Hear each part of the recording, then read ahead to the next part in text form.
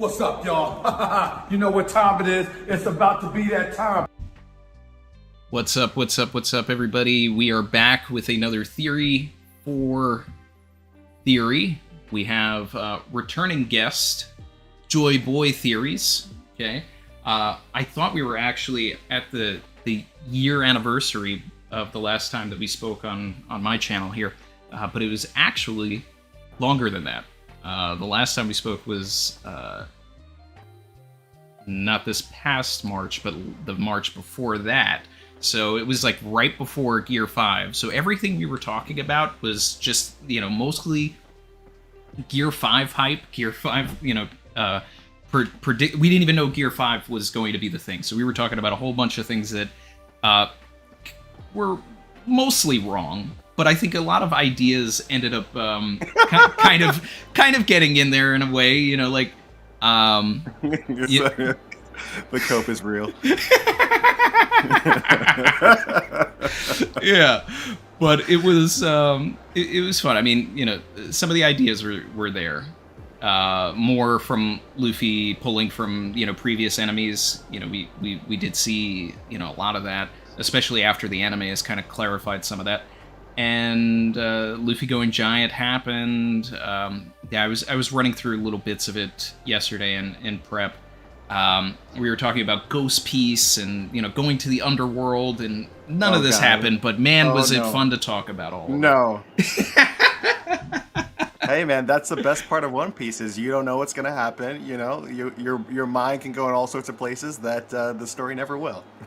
Yeah. Hey, look, I always say I love it when I'm right. I love it even more when I'm wrong. Oda surprised me, and Oda did. So yeah, we've got there's plenty of stuff that we can get into because there's been so much content in the past year and a half.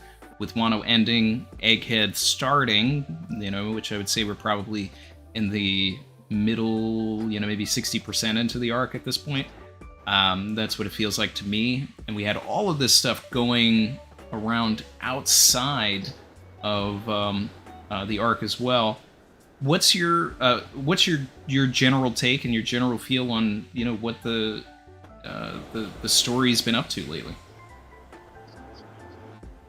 Yeah, first off, I just want to, say thanks for the stream. It's been over a year, so I feel kind of disrespected at the same time. Anytime I get invited back to the Savage Randy Choice channel is incredibly cool, so I appreciate that. But thoughts on Egghead, general direction of the story, man, that feels like a big conversation right now.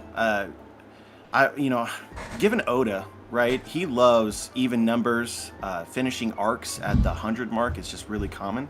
So that's kind of my expectation here with Egghead, is that this starts to wrap up here relatively soon. And we still don't really know what exactly is going to happen. I mean, I don't feel that way. Like, we have a lot of details, and you can throw a lot of small speculations, but puzzling it all together still feels like a challenge to me. Things with Kuma, I mean, like, even in the last chapter, he or not the last chapter, but the chapter before last, he fought Akainu, and then he blasts off again.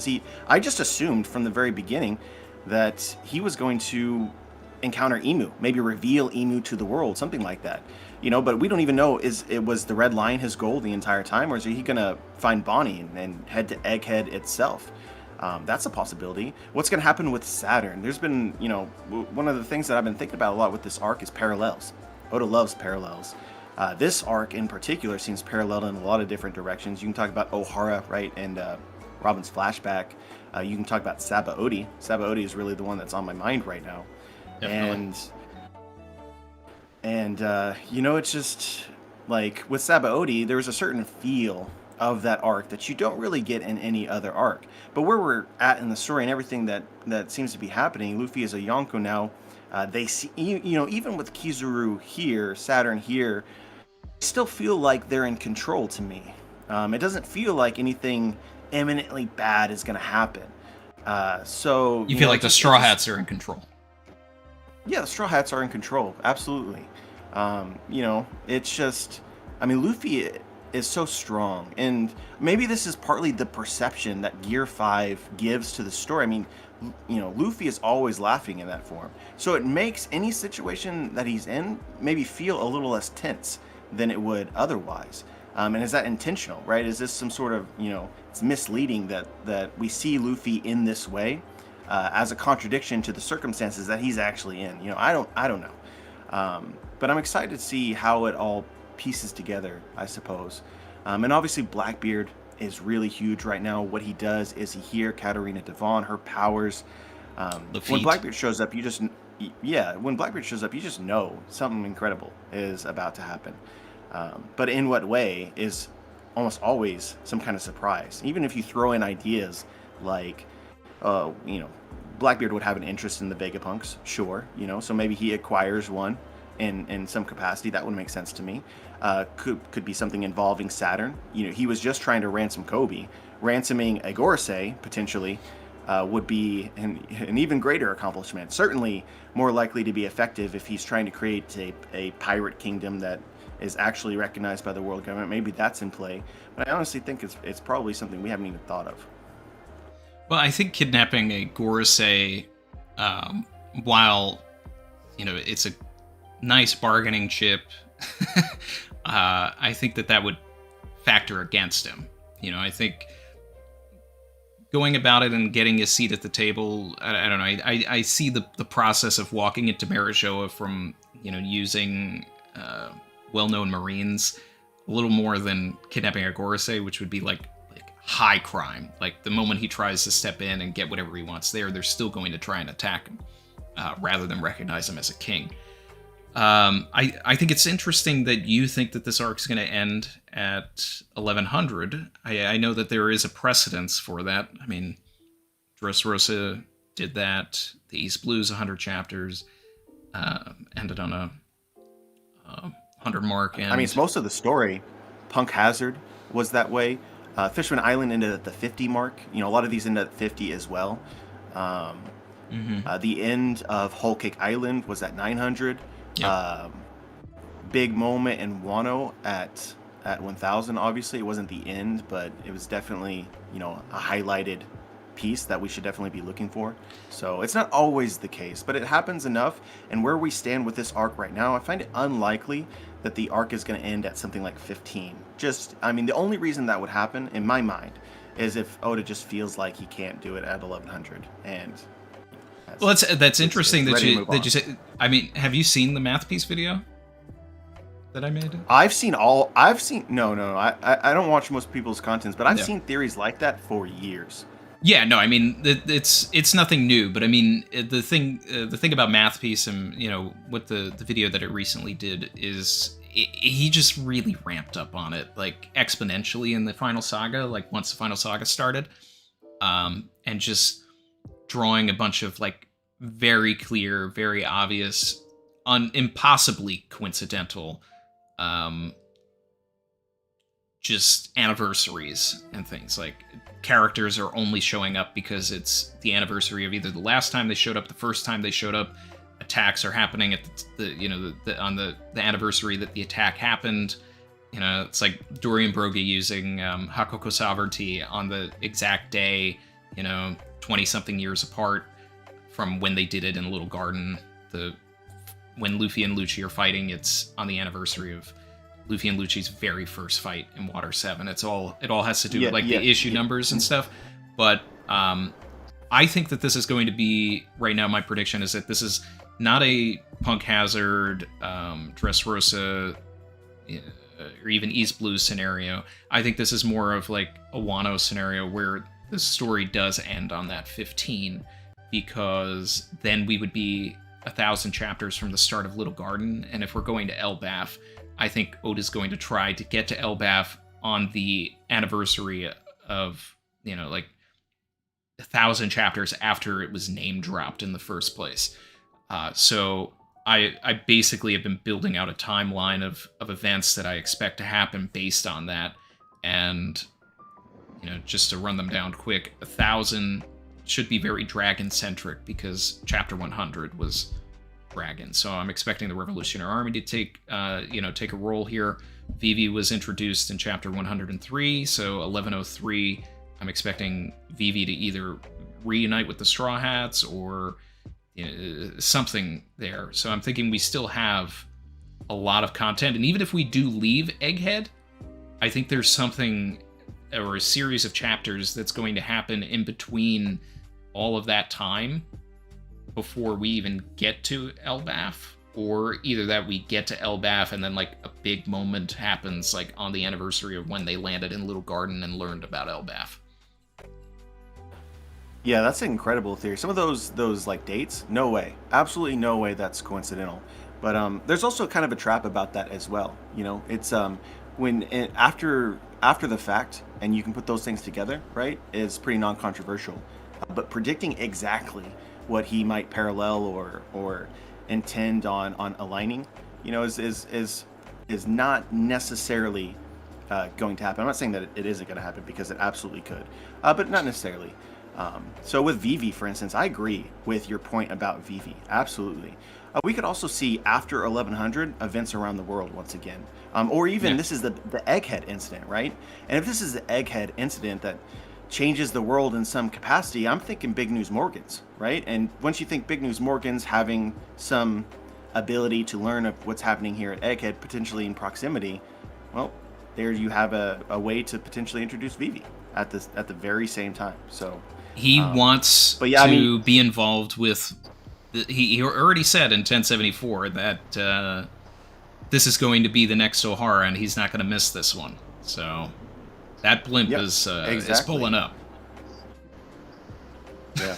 But you know, honestly, just from what you said right there, man, I'm half convinced, honestly, with especially the Elbaf piece. You know, beginning Little Garden, doing the same for Elbaf. It's just something Oda would do. He's like anal in that way for whatever reason, for better or for worse. He is. Yeah.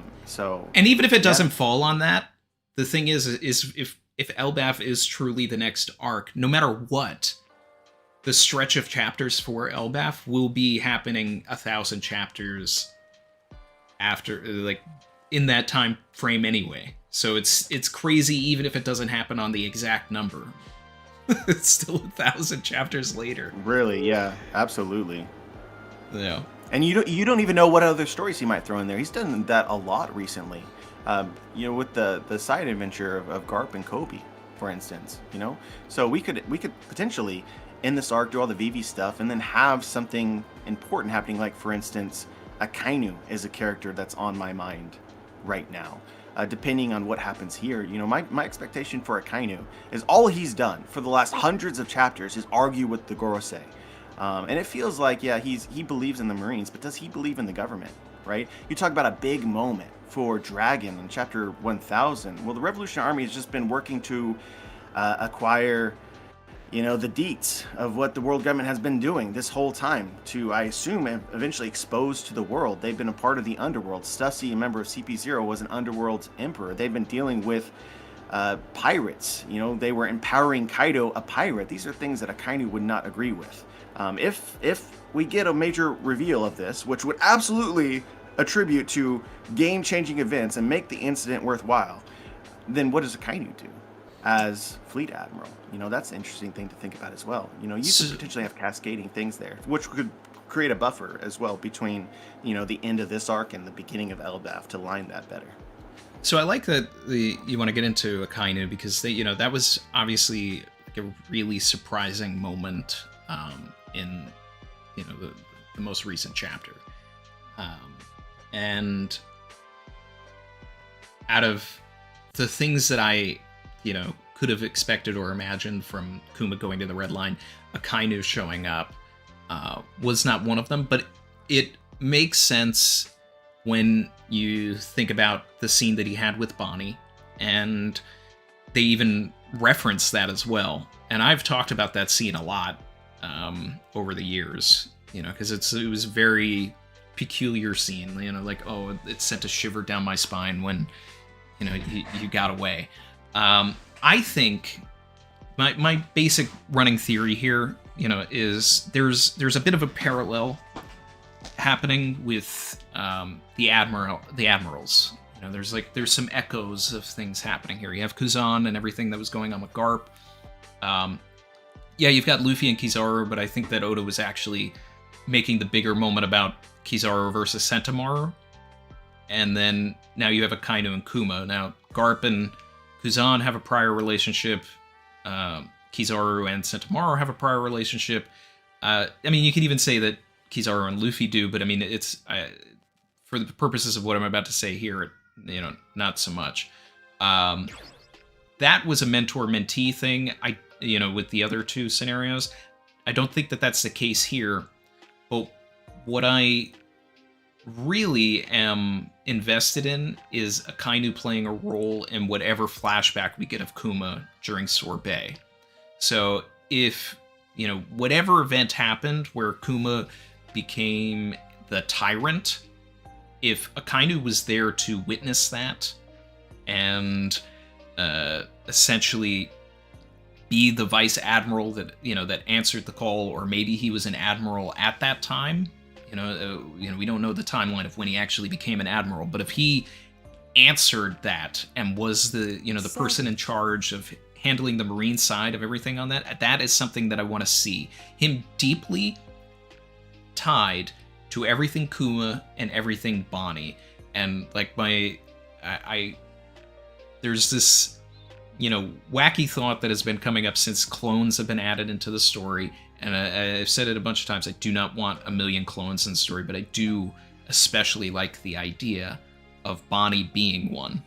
And that the real Bonney died during whatever flashback we're going to get from Kuma. And Kuma and Vegapunk's relationship is predicated entirely upon what he did with Stussy, and can you do this for my daughter because I have her memories.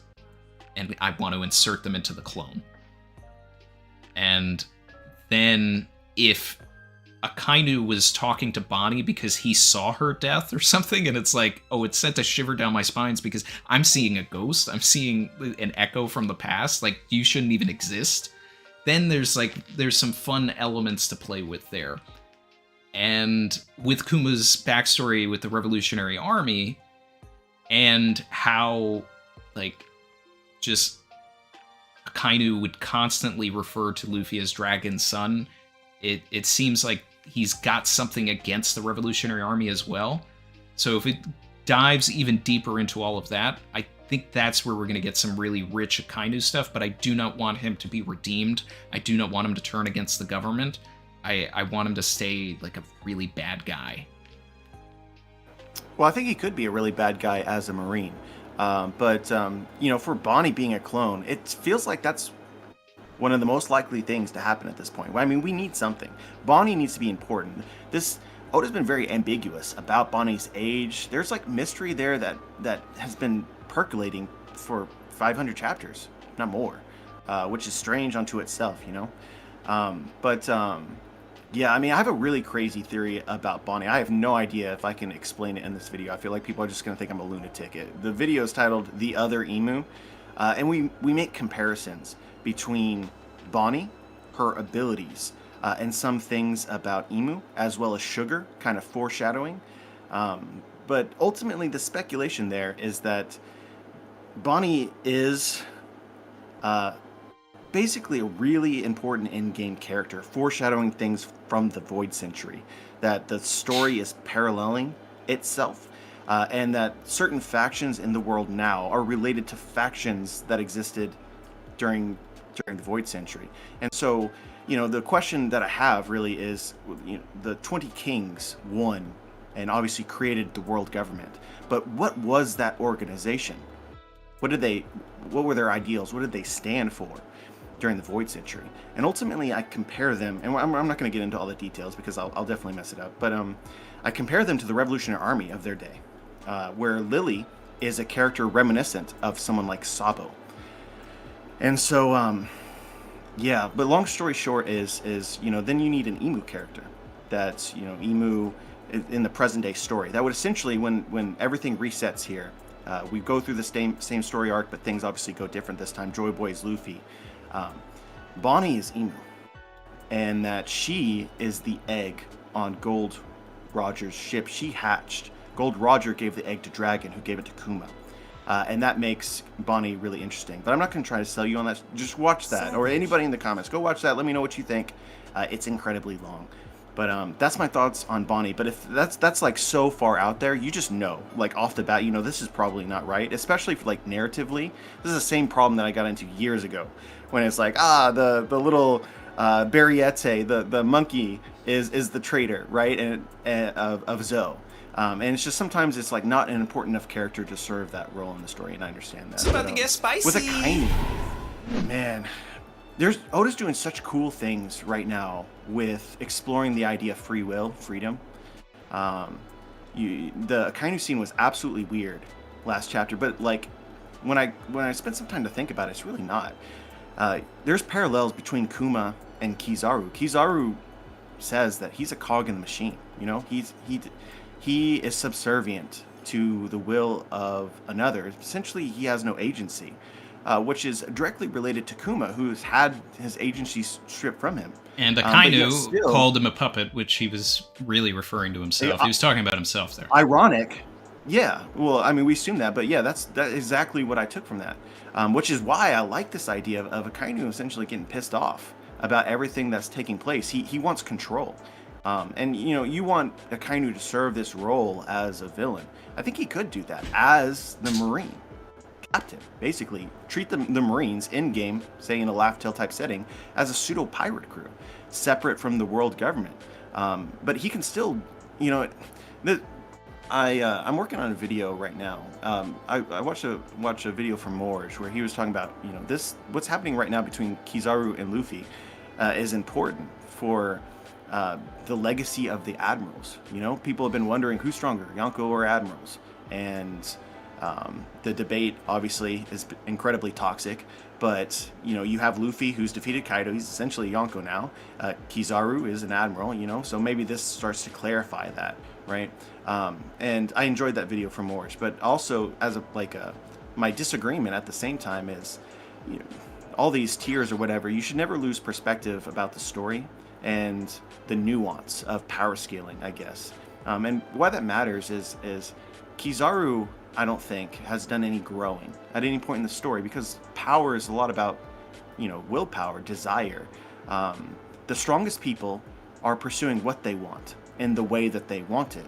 It's what makes the Straw Hat Crew so special, it's an accumulation of 10 people that are doing everything the way that they want to, and it all fits together perfectly like a puzzle, which will mean that they'll all reach their potential. So, with a character like Akainu, what does he want, and how does he want to do it, I think is an important question. And I think you could see by the end of the story, Kizaru has essentially flatlined, potentially gone backwards compared to what he was prior. He's now tasked with killing his friend Vegapunk. There's no way that that's what he wants, and so, you may not see the best version of him. With a character like Aokiji, right? Aokiji's finally decided something. That's what Doflamingo said at the conclusion of Punk Hazard. And there's it's not perfect because he's a member of the Blackbeard Pirates, and I refuse to believe that Aokiji Kusan is perfectly aligned with him. But at the same time, there's something that he wants. There's something that he's aiming for, and he has become a pirate. And I think that will lead to personal growth in a sense. But I see Akainu as being like if you stratify all three of these, Kizaru going backwards, Aokiji staying the same or potentially getting stronger, then Akainu is going to be like the perfect version of this, of aligning his desire with his journey, I guess, is the way that I would look at that. Which is why I like this idea of, he believes in the Marines. That has never been in question. Absolute or thorough justice, right? He wants to eliminate what he perceives to be evil. So he just needs the freedom to be able to do that. And the people that are really holding him back right now is the government. So, I see potential there long term, and also like growth for Akainu as a fighter, but also as, making sure he plays a role in the story maybe that we expected beforehand. But he's still not the good guy, no different than anybody else, like Kaido, for instance, as a menacing pirate, right? That's how I'd see Akainu. And then what will he do with his power as well? Well, it goes into the larger theme of freedom, and there's a lot of things that you said, a lot of points that I can I can touch on here. I mean that Bonney is the egg thing was wild, but the bro but everything that you're saying about the admirals it's all about the larger theme of freedom that we saw even when Trooper Scarpino, Guernica, was talking to Drake. It's just like, I envy your, your free will. Like, we got into more about, what sword means recently. So it's like, it's getting into that. But the main thing is that the government is actually an oppressive force. And it's like, they're so all powerful that it's like, you just can't deny your orders. You can't. So what freedom do you actually have? And that's why Luffy is the antithesis to all of that. And what, we're seeing Kizaru do things that he doesn't want to do, but he has to. And that's, but the thing that I don't want the story to do is get to a point where Kizaru says, no, I'm going to say no to this. There are certain characters that should do that. Smoker is one of those characters that has been built up to be that dissenting voice, to be the person that changes. Kuzan has already done that, even though he kind of shackled himself to a different situation. So it's like everybody's trying to find freedom, and then it's like they're getting more chains put on, and the only person that's really, doing it correctly is Luffy. To your point of what should the outcome of this fight be for the power scaling of it all, it kind of goes into a super chat from Old Green Knees here that's like, Captain, I have terrible takes that no one else wants. Zoro's going to lose to Lucci. I really don't think that, but Sanji still has German visibility. Maybe, I mean, that's kind of interesting, but I doubt that. And then Kizaru is greater than Luffy, help Captain. So the last part, maybe, like, if we want the, I would love it if, the admirals are some of our endgame fights, because even in the pre-time skip, the admirals were built up to be like the ultimate force. Yeah, we've got the Gorosei, we've got the Holy Knights put into the story and all this stuff, but it's like Kizaru shouldn't lose here, or he really shouldn't get Bellamy'd or anything. I mean, and that's not even happening anyway, because they're actually having a back and forth. But Kizaru shouldn't be Luffy's opponent, but we should believe that Kizaru could be a tough opponent for one of the other Straw Hats. I'm still always, I'm very vocal that I want Zoro to be his opponent. Real quick, Brandon King super chatted, said second chapter's called, they call him Straw Hat Luffy. Second to last chapter will be, they call him King of the Pirates. Yeah, I mean, that's entirely within Oda's wheelhouse to do something like that, for sure. Yeah, I would really love it if the fight ends ambiguous. Like, did Luffy win? Or, something causes the fight to break up. And I think the easiest way to do that is to incorporate Saturn. So if we get a situation where Saturn gets involved, and then Luffy has to switch because Saturn is the stronger opponent, then we never really can scale exactly like Luffy and Kizaru to begin with, because someone else is going to fight Kizaru. Yeah, I mean, this is just one of those things that we don't know at this point in time. Kizaru is such a wild card because, I guess my impression of him is that eventually his hand is going to be stilled, is what I think is going to happen. Essentially, there's going to be a moment to act, and it'll be a Garp-like moment in Marineford. Luffy going up, and Garp is indecisive. That's what I think could happen with Kizaru. At the same time, if he doesn't, that means something. It establishes Kizaru's character in a very interesting way of, despite every reason, he still remains dutiful. And yeah, but I mean, you still have to deal with him in some capacity, because he's a problem. His ability, I mean, he could assassinate everybody around Luffy relatively quickly, in my opinion, if that is what he desired. Savage. And even if not, it's certainly a threat. Blackbeard is another thing that I would throw in there as well, as potentially throwing a wrench in everything that's going on and be used as a distraction to prevent this battle from truly concluding and leaving us with that ambiguous feeling, which I definitely think that there's a place in the story for that. I think that serves a purpose. How many Blackbeard pirates do you think are here? 2, I think. Could be more than that. I think 2. I think it's just Blackbeard Lafitte and Devon. Why? What do you think happened with Blackbeard then? I think Blackbeard is still with the rest of the guys that were over on Winter Island. I think what he did was he sent his 2 top reconnaissance officers, the guy who snuck into Marijoa unnoticed, and the person who can transform into anybody. And it's just this is a snatch and grab situation. I think that they're after the Devil Fruit technology. He couldn't get the Mero Mero no Mi from Hancock at Amazon Lily, so they saw that S Snake was able to use the same fruit. So they're just there to snatch and grab either S Snake, an authority chip, the technology of the green blood to recreate it, something along those lines, or stealing a Vegapunk. I would like to see some fights happen, particularly Sanji versus Lafitte, but I don't see a situation where Blackbeard is there or needs to be, because I would rather Blackbeard, really be a threat on Elbaf.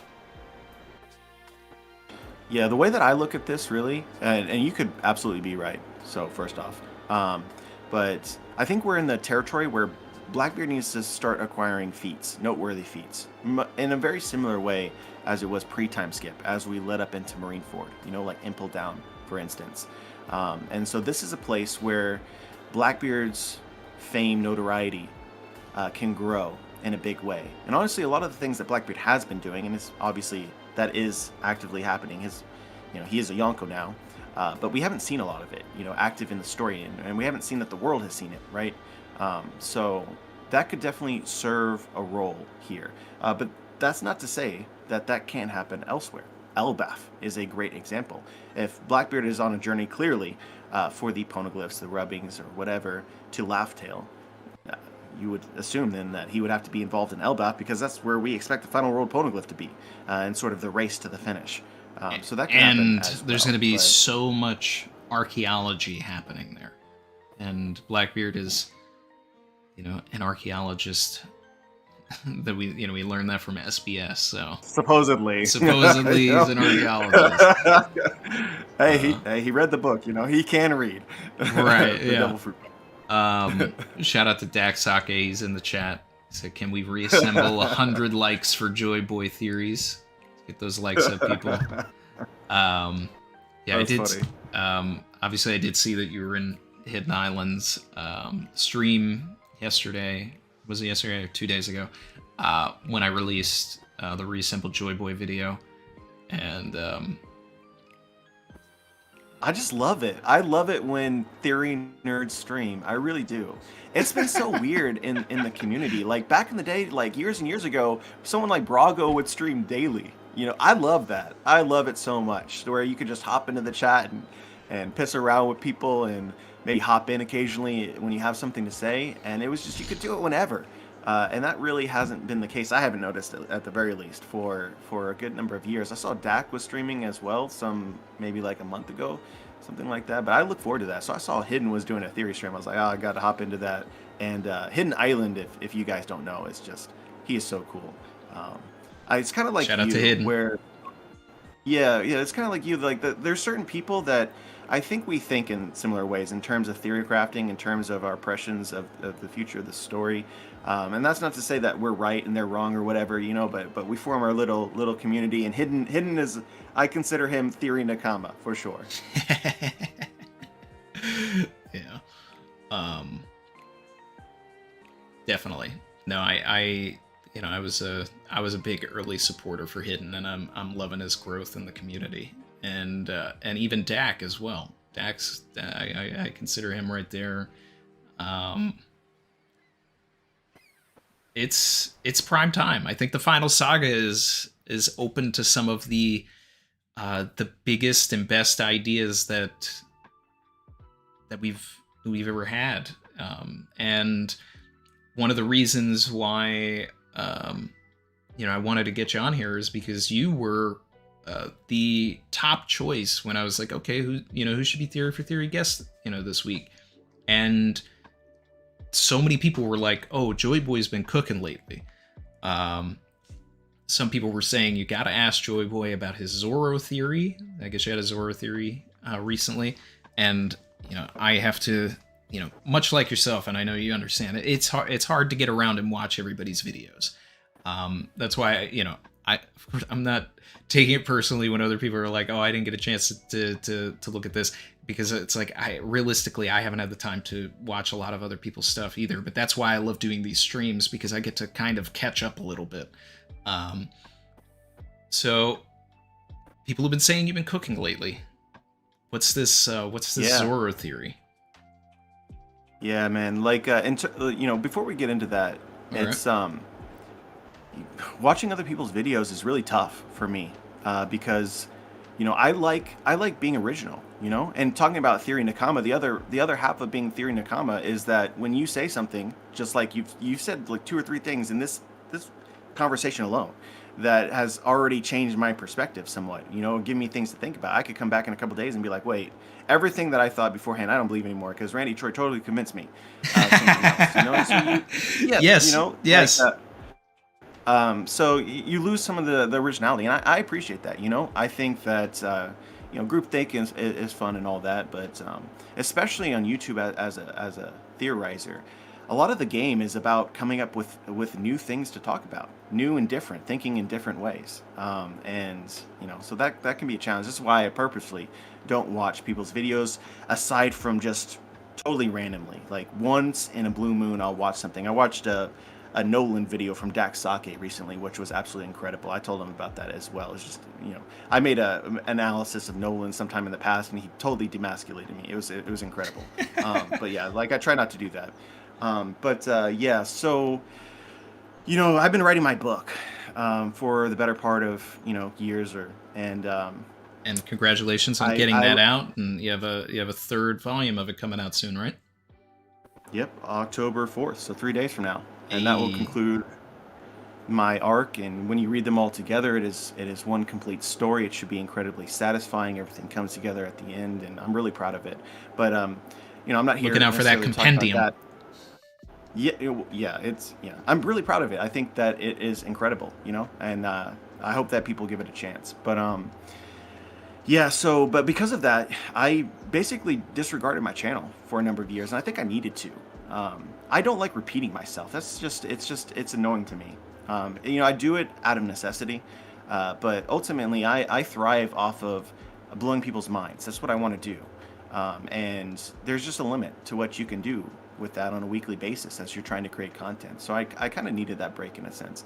But after I finally everything was finished with my book, I was like, yes. And it's really allowed me to dig back into my channel and kind of, reinvent myself in a way.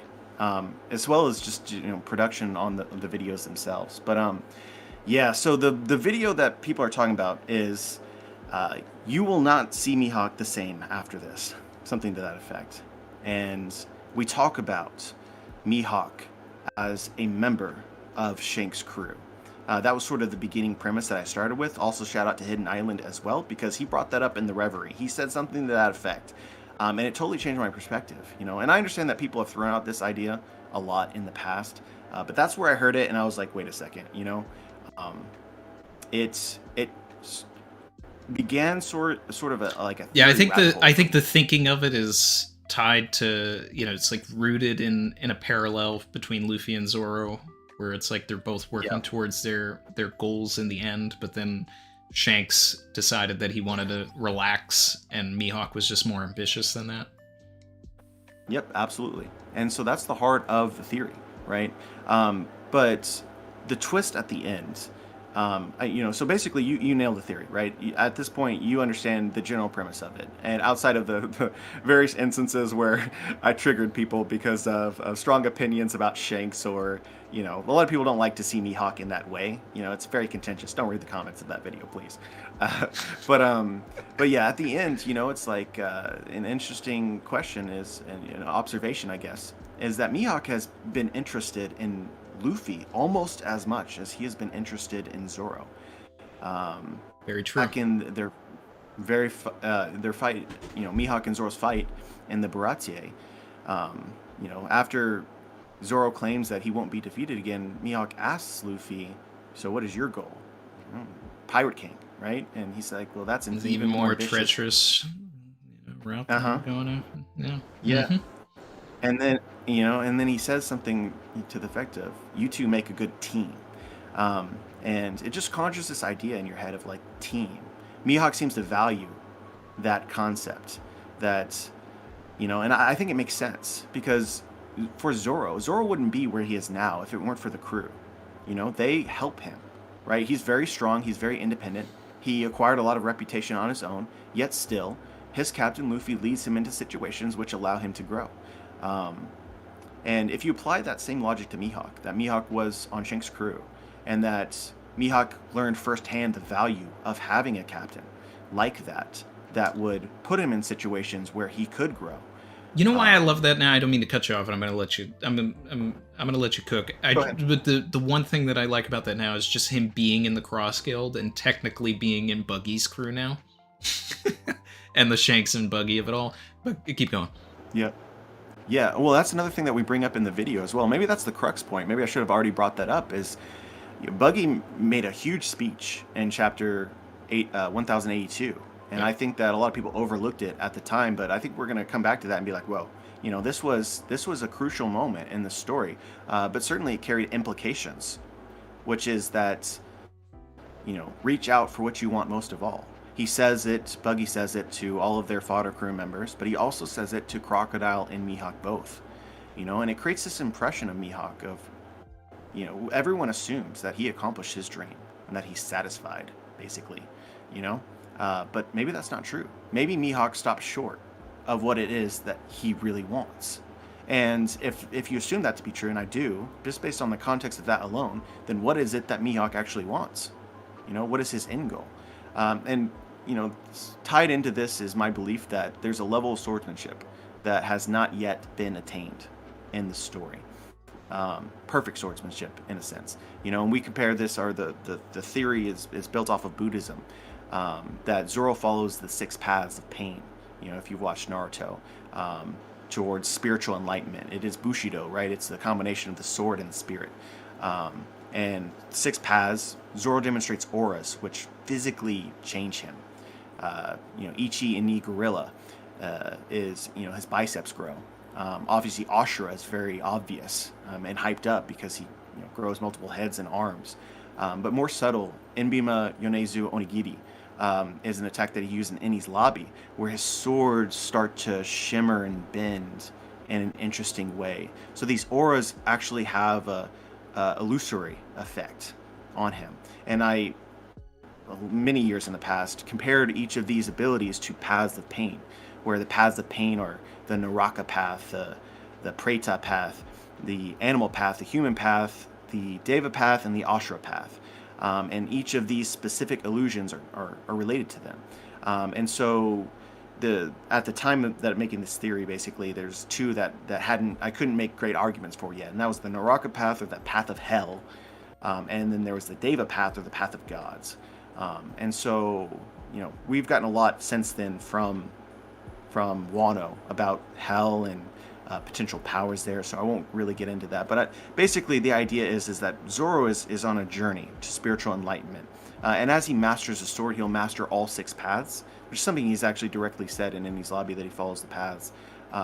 That this is something Mihawk hasn't done, right? This is the mysterious end goal that we're not yet aware of. For Mihawk has mastered the sword, but he hasn't mastered the spirit. Could be, or I would actually say he hasn't mastered the sword. He is simply the world's strongest swordsman. So there's a Well, level I would beyond. think I think if you turn your blade black, I think you've mastered your sword. We'll but see. I don't know. We'll see. I think it would. I don't know. I would see it stronger from Mihawk if it was, considering there's so much spirituality in One Piece to begin with, if Oda wanted to highlight that aspect of it, and that's what Mihawk was missing, then I think it would say something towards, Zoro's will, Zoro's spirit, Zoro's haki, Zoro's ambition, that it's greater than Mihawk's, because he's lacking that. He's fallen into a sense of complacency. He's already the world's strongest. He took a path or a page out of Shanks's book. Like, initially he went off and, he had this journey, hypothetically he was a part of Shanks's crew, splits off, becomes his own pirate, takes down all of these people, whoever the world's strongest swordsman was at the time, beats them easily, falls into complacency because now he's got the title, but then has nothing else to strive for and never really contemplated on the spiritual nature of it, and then just went around, oh, you want me to be a warlord? Fine, alright, whatever. And then something sparks back up when he meets Zoro. He's like, oh, okay, you remind me of me, so I'm not going to kill you here. Go ahead, get stronger, find me later because I'm bored and I need someone to fight, right? And then trains him too, which is just, an outrageous concept in the story. But now he's in the Cross Guild. He's teaming up with Crocodile, who's always had the ambition of at least, he wanted to be the Pirate King, but he settled for, let me just get the ancient weapons and destroy the world government. Whatever reason, that spoke to Mihawk as well. And then now they're under Buggy, who was a member of Roger's crew and wants to get to the end game. The Cross Guild has become, no hyperbole, and I've said this before, talking about repeating ourselves, I don't like doing it myself, but, when we're building upon things, it's hard not to. They are my favorite group in the story. Like, they have the strongest connection to so many of my favorite characters that I just can't help but get excited for what's to come with them. And I will eventually, the next big video I have is going to be going into what I expect from them and how it's definitely a Davy Back fight. Yeah. So that was, I guess to conclude these thoughts about Mihawk and Zoro, the idea exists that you can get stuck on the Deva path, which is essentially complacency. You enjoy your status in the world and life itself. But Buddhism teaches let go of your worldly possessions. There's life itself is basically suffering. But the concluding element of the theory that I wanted to share, and I know that a lot of people aren't going to like it, maybe knee-jerk disagree with it, probably you as well. But I want to throw it out there anyway. Hey, let's see. Mihawk has been following Luffy, and maybe sees the value of having a captain. And at this point in time, Luffy is going to become the king of the pirates. He is the chosen boy. Shanks is not. So maybe Mihawk at this point realizes, look, like that, water under the bridge, but Shanks wasn't the right captain. But I found the right captain.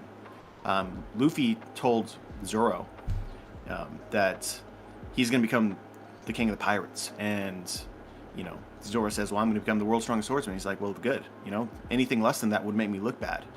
But essentially, it's a promise between the two that only the world's strongest swordsman is deserving of being on Luffy's crew.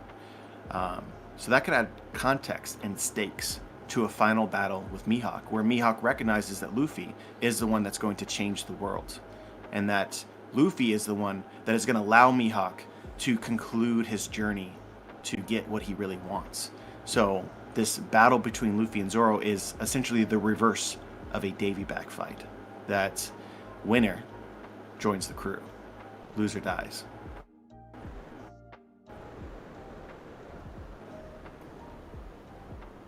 The reverse of a Davy Back? It's the reverse of a Davy Back in the sense that you're not trying to recruit somebody off of another crew. You know, it's a the battle is for joining the crew. The idea is that Luffy cannot refuse Mihawk's request because he had made a promise to Zoro that only the world's strongest swordsman is deserving of being on his crew. As they make that final challenge and Zoro and Mihawk fight, the goal for Mihawk, the purpose of it, aside from just the fight itself, is that he needs a captain to So reach whatever it is. are you saying that the fight between Mihawk and Zoro would be so that Zoro dies and Mihawk follows Luffy to the end? Yes. And it's not going to happen, obviously. Yes, but that would be the context behind it. Essentially put Luffy up on a pedestal. Mihawk and Shanks, most likely, have had a lot of conversations about why Shanks gave his arm to Luffy, or details about Luffy, which intrigues Shanks. You know, another question is if Mihawk is a member of, or was previously a member of Shanks' crew, Shanks' journey ended prematurely. He stopped. And the reasoning behind that is something I think we're all excited to hear. You know, but it's basically a comparison between Zoro and Mihawk, that they're parallels of each other. Mihawk got the bad future, right? Zoro always told Luffy that, or from the beginning told Luffy, if you stand in the way of my dreams, I will be the one to kill you. And that's potentially the context behind Mihawk and Shanks' duels, potentially. That I do Shanks like that. Stood in his way. Yeah, I do like that. Hold on one second. Continue this in a second. Can you keep the chat warm for a moment?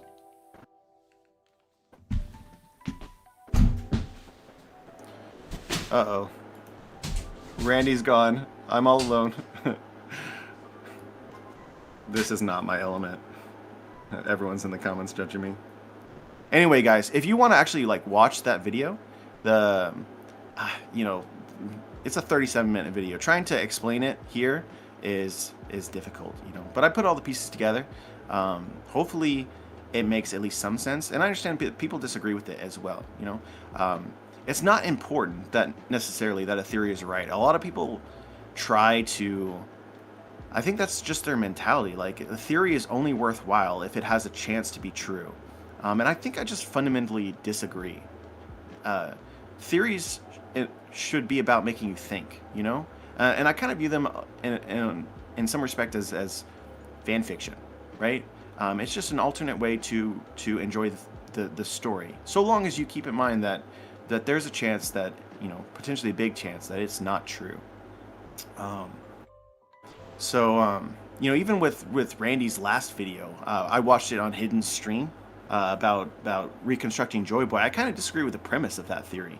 That Joy Boy, you would put all the pieces of the poneglyphs together, the spirit of Joy Boy, and then Joy Boy would reappear. I don't really like that. I don't think that Joy Boy needs to, like the Joy Boy from the Void Century needs to appear. I kind of think that Luffy is that person, you know? But at the same time, as Randy is discussing this, he's discussing so many other things that are just insanely cool. The ties between Egypt and Alabasta, all sorts of various little nuggets of information that add to the fullness of the story and the experience of discussing it, you know? So, you know, that's just kind of my mentality with theories. Not to say that I don't believe in what I'm saying here. I don't want to suggest that, you know? But I think that's kind of like the purest form of theory crafting. You know, that is kind of missed along the way. The reality is that with every different kind of theory, there's like kinds. With Randy Troy, for instance, he's talking about real life history and real cultures, mythologies. That was a kind of theory that was really prevalent in the past. Or you can talk about parallels with stories. A lot of people like to compare the story of One Piece with other stories that exist and trying to be predictive of what happens in the future. Or some people just like throwing out ideas. You know, like, this sounds cool to me. Well, the fun part about it is that One Piece is filled with so much of all of that. So it lends itself to it. Yeah, absolutely. I didn't even realize you returned. I was just going off there. It's like, the spotlight's on. Yeah. Shout out to friend Harper who said, a view of freedom, an absence of coercion in the life of an individual. The Marines should be removing coercion. Luffy removes coercion all the time. That goes back to our previous point a little bit ago when we were talking about all of that. And I agree. The going back to this Shanks and Mihawk of it all, because I do like this, and it's fun having this conversation, because I actually I haven't actually had this conversation, so this is what's fun to me. The Mihawk was at Roger's execution. We know this. We know this. He was. So he witnessed this. He was inspired by it. You know, there's the possibility that he ran into Shanks at some point, the apprentice of the Pirate King, and looked at this man and said, okay, well, the person who's going to get me to the end there, it's got to be him, right? But the thing, too, here, I think, is it's more about patience and impatience more than anything, because I don't think that Shanks actually fell into complacency. I think Shanks just knows more than he lets on. I think that there's like a secret plan that he's had, and only a few people like Rayleigh are involved in whatever that plan is.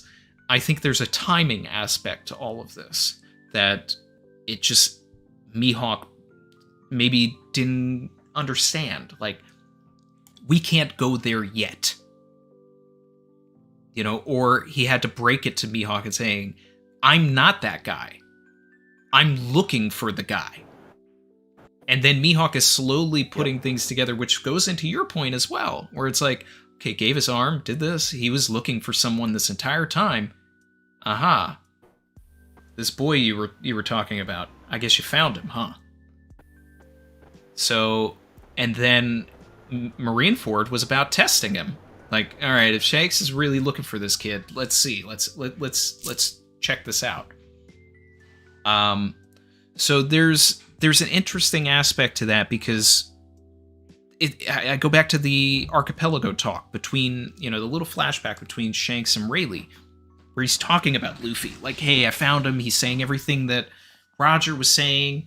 It implies that there's a plan, that they were looking for someone in particular, and yes, we found him. It's why Rayleigh decides to train Luffy. It's like, okay, Shanks said this is the guy. I think he's the guy too. We were at Laugh Tale. Something told us that there would be a guy. Or Roger himself said it to Shanks. That's kind of my impression. But I mean, among this, an interesting facet is that's why he cried. That's why he cried. That's why Shanks cried. He just Roger just goes. He says, "You're not that guy. You're not the one I'm waiting for." He's like, "Nah." But it could have been, right? Because Roger was hyping up his son. He was pretty sure about that, right? Mm-hmm. But Shanks had the Gomu Gomu no Mi. Why didn't he eat it? I presume that he knows the context of that fruit, that it was important. That perhaps the person who ate it, we don't know if he knows this for sure. It could just totally be fate and random chance. But potentially the person who eats it is the guy. But the other element of this, which I think is really curious, is that from Film Red, it's kind of telegraphed that Shanks might be, and obviously Garling as well, Celestial Dragon origin. Shanks, does he believe himself to be a D? Is this one of the big criteria that is kind of a known fact? Is that the person who's going to change the world is a D, just like Roger? And is this kind of what eliminates Shanks in his mind off the bat? Like, because he's regardless not a D. of everything, because he's not a D, right? He's in fact their enemies by lineage, supposedly. And I'm not saying that any of this is true or that Shanks should think in this way, but he might be. Which would lend to the idea that, this is why I've sort of delegated the responsibility of this to someone else, or I'm looking for someone else. At the same time, Shanks could have, a dream of his own, a desire of his own. Maybe he wanted to change the world. Maybe he wanted to follow in Roger's footsteps. and there's a conflict there that eventually will rear its head. Essentially, maybe some level of envy towards Luffy in game about being the person that'll change the world. That Shanks always wanted it, and it would add context and stakes and gravity to Shanks being there. A lot of people don't see Shanks as in any respect being an enemy to Luffy, but I do think that Shanks wants Luffy to prove it, and could stand in his way to some extent, just basically assuming that Luffy will win anyway. So that could be interesting. Shout out to Duran Rustuvi for joining. Appreciate you, man, for rejoining. The things shifted for Shanks once he saw Luffy's new bounty poster. Once he saw that Luffy had transformed on, then it's like, okay, now I'm going after the One Piece. It's like, now it's time. But it's like, that's the key thing in all of this. It doubles down on the timing of it all. But if Luffy is supposed to be that guy, what does Shanks' role have to be going forward now? Is it to continue to test Luffy to make sure that he is that guy, or does Joy Boy just need to be back into the ether for pieces to fall in line? That's the tricky part of all of it. Trying to understand where all of the puzzle pieces fit. Yeah. Like I said, my mentality is individual dreams, journeys, adventures matter to the story. Shanks has something that he actually wanted, as well as his crew. We just assume that Shanks' crew is subservient to his will, and that their agency is irrelevant. But I think when it comes to in-game pirates, the Grand Line selects for those that have insanely strong wills. They have insanely strong wills because they have incredible desires. So I like to see that Shanks' crew actually, they want something themselves. Savage. And would it surprise you if it was revealed individually, each of Shanks' crew members, like Yasopp, for instance, wanted to be a part of the greatest pirate crew ever, wanted to become the greatest sharpshooter ever? I don't think anybody would be surprised by that. And so it adds pressure to Shanks, he's still their captain, they're still his friends, and even if he isn't Luffy, that he shares, I think, some of those personality traits, Joy Boy-like personality traits, I think. I think there's an idea of knowing that something is bigger than yourself. So I feel like everybody on Shanks' crew needs to kind of understand what the deal is. And it's like, okay, we are giving ourselves to this mission. Yeah. But is that true, And even if they do it, do they put aside what it is that they truly want? Counter to the buggy speech. For the sake of settling, in a sense. It's an interesting conversation, I think. I mean, it's the terrible dads in One Piece conversation. It's like, are we just going to end the story and they're all going to be bad dads, or is it like a situation where these dads really are just like they're off fighting a war, and it's like, can you really be mad at them? When you finally find out their motives, like Dragon couldn't be a dad because if he did, then he wouldn't be able to go and do the work that he needed to do to get to a particular point in time where the world government is toppled. Yasopp couldn't go back to Seer Village because he had to make sure that all of the pieces that Shanks was putting into place over the those 20 years or whatever had to line up as well. Not 20 years, but I would. Yeah. I would just say that what I hope to see, regardless of what specifically this is that Shanks' crew fails in the pursuit of what they want, whatever that might be, I think that has the most, it's the most powerful thing you can do with it. Kind of like Mihawk, right? Scars, or when Zoro says to Mihawk, scars on the back are swords of shame, don't run, right? Face your challenges head on, and even if you might fail. Yeah. I mean, I believe that Shanks and Luffy will clash no matter what, even if it is an exhibition, but it's going to happen. And I think that they're their whole... I think that Luffy's idea of what being a great pirate is strength-based as in terms of like what Shanks is looking for.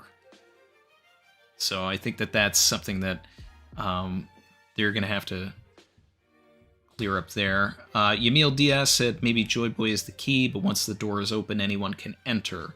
Shanks might need him to a point, and the rest he can do himself. I mean, I would want that fleshed out, please. Like I love this idea. I just have no idea how to make sense of it, basically.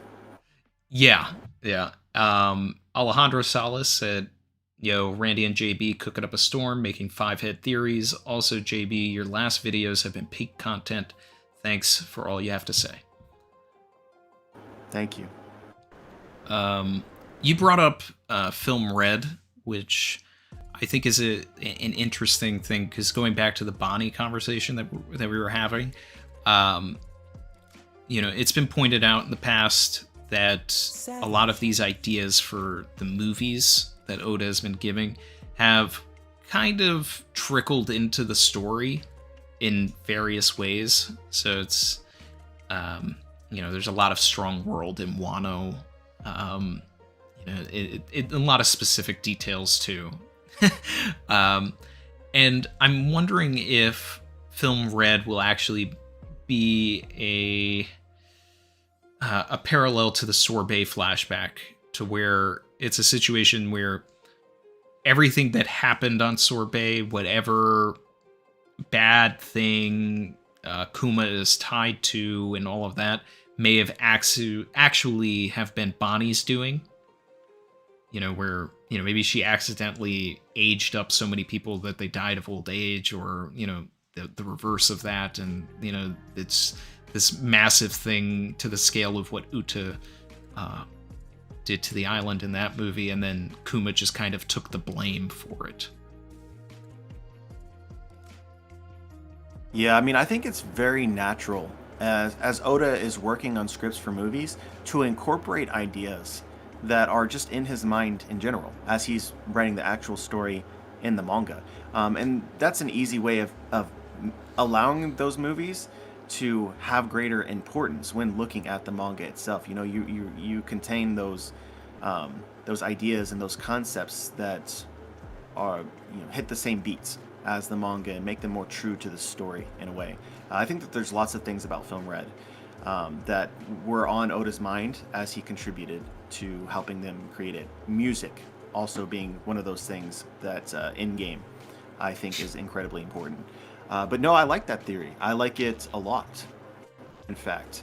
I've already, we've done the whole insane theory about Bonney being in the egg, or we've mentioned it or whatever, but the comparisons are about Emu and about Bonney. Sugar as well. And you would have a kind of Emu-like moment there if suddenly everybody or a lot of people on Sorbet were erased, in a sense. So, yeah, I like that theory. I like it a lot. I just want Bonney to be tied to the Celestials in some way. I mean, we have Saturn on the island now, and Bonney helped kind of clue us into everything about the Celestial Dragons. And when I say us, I mean the readers, during that Zoro scene where he was going to cut down Charlos. And I just want to see more moments between Zoro and Bonney, because they've been the most connected. Zoro, is connected to Kuma. It's kind of the Akainu situation. Had scenes with Bonney, now had scenes with Kuma. I just need more Zoro and Bonney.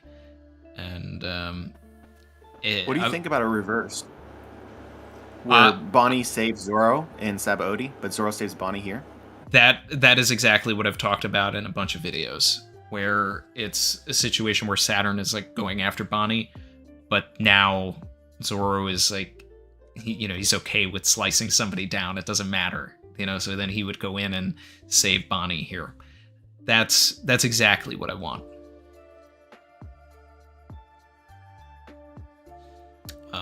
Zamdi Al said, what do you think was Shanks' feat that made him a Yonko?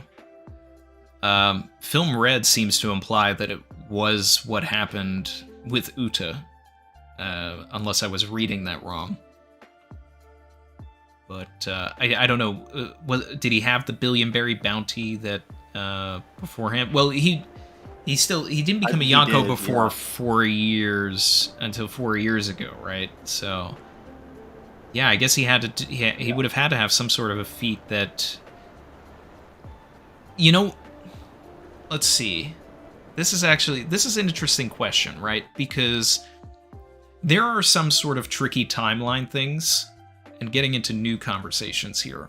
In order to become a warlord, in order to become a Yonko, someone needed to not be a Yonko anymore. So who was the emperor that he replaced, right? So did someone die? Did he take someone out and then took over their territory? Who was that pirate, right? You know, my mind jumped to Wang Ji, but that doesn't make sense because that was 4 years. That was 4 years ago. Wang Ji would have gone down somewhere in the last 2 years, but maybe it was somebody else that was on Rocks. So maybe when we get a Rocks flashback, we get information on some of who the old emperors were, and Shanks had a battle with them. That would be interesting. But it's also things like Ace was asked to become a warlord, right? So that means that one of the 7 warlords that we met, you know, coming into the story wasn't actually a warlord at that time. And which of the 7 could have been the newest warlord? And ideally for me, I was actually thinking about this yesterday. And I was going through each of them, and I kind of settled on Kuma being the newest warlord out of the original 7.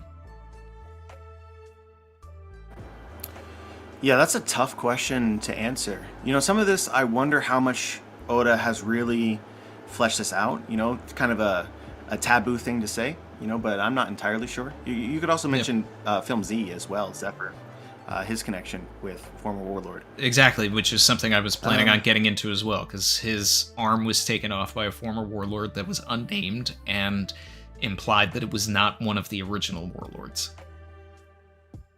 I mean, I think you have to assume Mihawk's been there for at least 10 years, probably more. Or, I take that back. You know, probably around 10 years is my guess for Mihawk. Boa Hancock, when she was freed as a child, so she's had plenty of time. I don't know, I feel like the majority of the warlords, minus Doflamingo, Mihawk, Jinbei maybe, are relatively recent, you know? And so it's interesting to think about that these positions were held before by other people. But anyway, go off. I don't really have any thoughts here. Yeah, no, I mean, Crocodile has been said that he became a warlord young. So that's, you know, it's not him. Amazon Lily had to, needed protection. So and Boa's bounty is super low. So she had to have been, you know, pretty early. We know that Jinbei became a warlord. Hold on, pause for just 1 second. Was it stated when the government learned to coat the bottom of their ships in sea stone? Or do we have a date for that? Is it presumed recent, or because that seemed to be what threatened Amazon Lily? That's a good point. Right? They did make it seem like it had happened in the past couple of years that they got access to that technology, which, if I had to tie things to that, it would have to be from Doflamingo's actions, you know, working with Kaido and then providing the world government with sea stone and weapons and everything from Wano, because Wano. It's all from Wano, so they had to have gotten all of it from Kaido, who would have brokered it through Joker. But that could have happened though over the span of the last 10 years. Could have. Yeah. Because once Kaido had control over Wano and sort of had his factories established, you know, so that's a pretty large period of time in which, you know, that can make sense. I guess it's implied that Doflamingo wasn't a warlord during the Law flashback, right? Because the Marines were after him, so Um, that's interesting.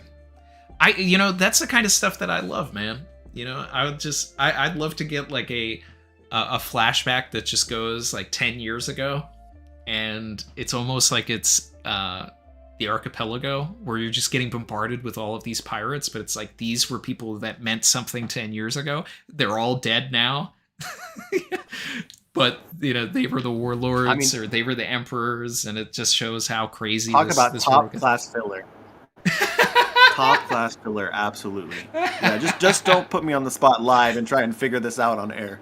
No, I mean it's just throwing stuff at a wall here. Yeah. Yeah.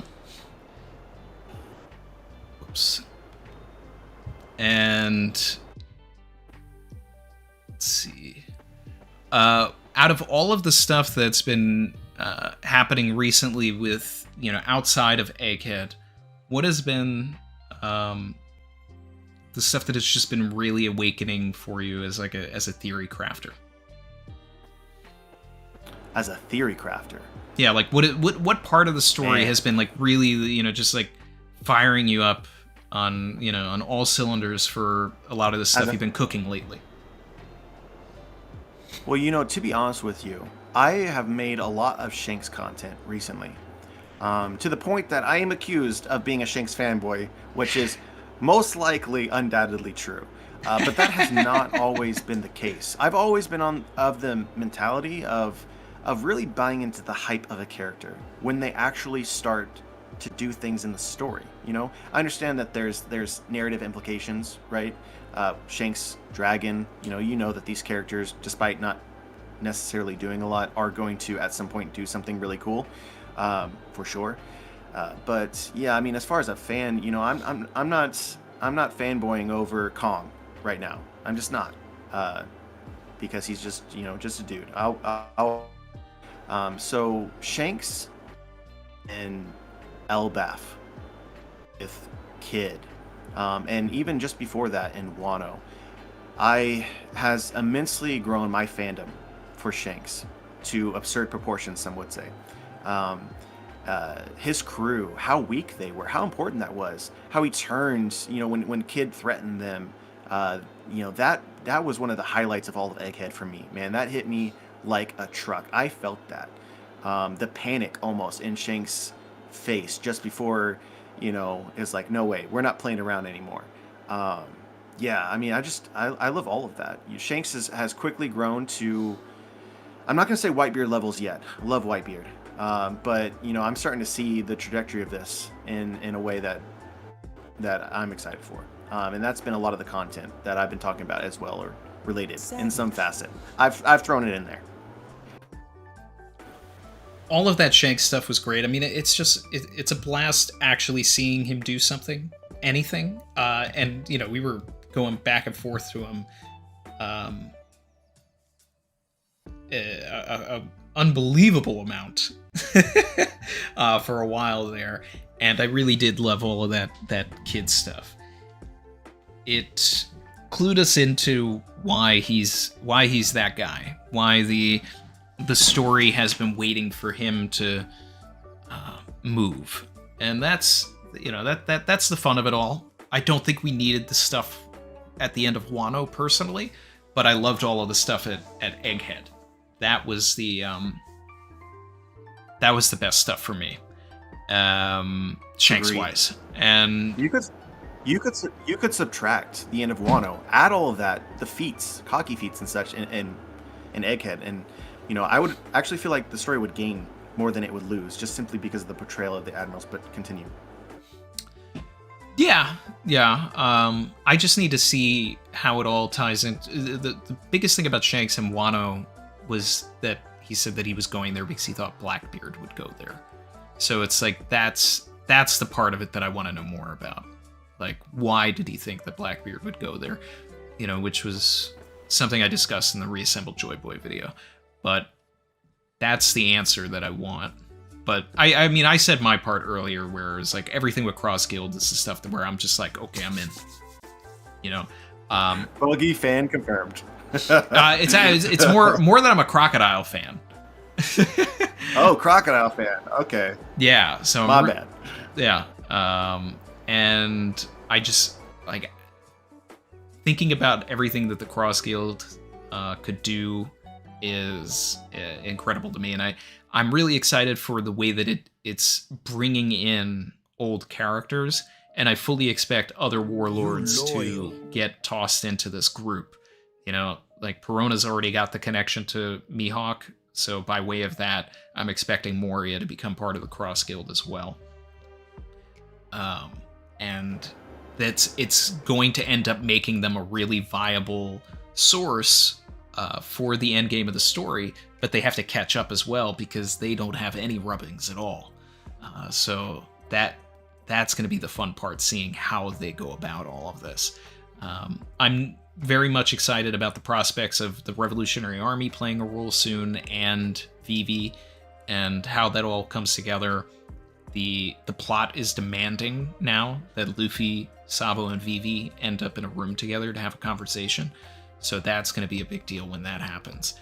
And it could happen here. It could happen at Elbaf. But it's going to happen soon, and that's great. My expectation is unlimited fire, honestly, from here to the end, with very, very little let up. I would say that my expectation is that a lot of this stuff with the Revolutionary Army is sooner rather than later, as in tied to Egghead. That is my thought. Of course, it may not happen, but no, I really do believe that the incident like will the story's ready be for it. tied to the Revolutionary Army. We saw Vegapunk and Dragon have a conversation. Well, Shaka and Dragon. But if Dragon doesn't show up to Egghead, then his whole methods and everything really are in question for me. Because it's like he shows up to Ohara with flowers and everything and starts the Revolutionary Army because of Ohara, and then we have all these Ohara parallels. If he doesn't show up to try and, mitigate losses or, deaths and everything here, then what are you really doing, man? What are you really doing? Yeah, this goes right back to parallels, though. Parallels, but inversions or twists. Mm-hmm. Dragon, I think, more than anything, would have loved to be able to broadcast Ohara to the world. See, this is the god that you worship. These are your leaders. And he has the opportunity to do so. Kuma being highlighted is not a coincidence. He is a Revolutionary Army member. Regardless of whether he's in control or how exactly that'll play out, if he ends up dying here, which is probably my expectation, I think that there's going to be significant gains as well and interrelated with the Revolutionary Army's objectives in some way. Yeah. Shout out to Vasil Vlad Ivanovici, who said, personal theory, during the final war, Boa will expose her back to the world, gaining more allies than she ever did with her beauty. There definitely needs to be something to that, and a recognition of that. I thought that maybe she would get arrested and then put back into servitude at Marijoa and be one of the people that we needed to reclaim in the end game. But it seems like Oda's got a different plan for that, and I'm excited to see where Boa does go in the story.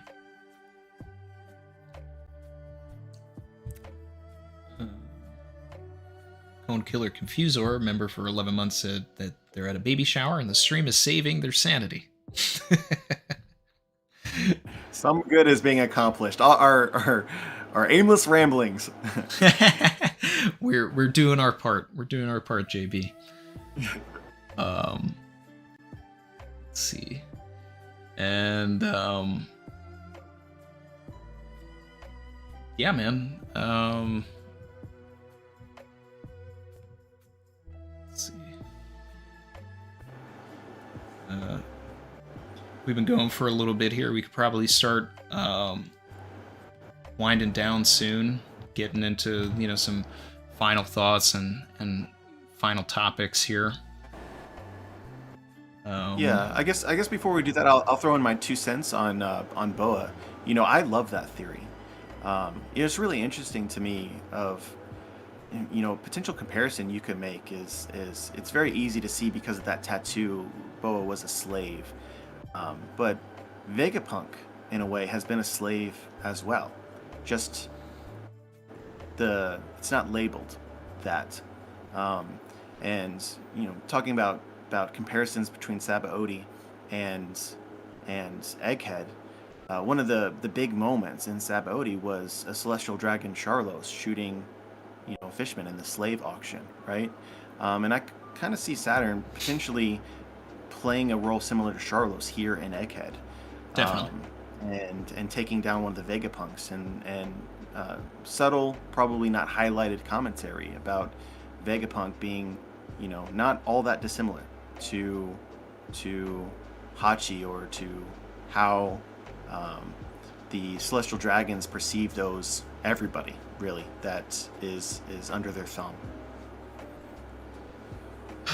Yeah, I'm with you on that. What I want, you know, I've mentioned it and other people have mentioned it as well, is I want to see a shot that completely recaptures the energy of Luffy punching Charlos, but Luffy punching Saturn.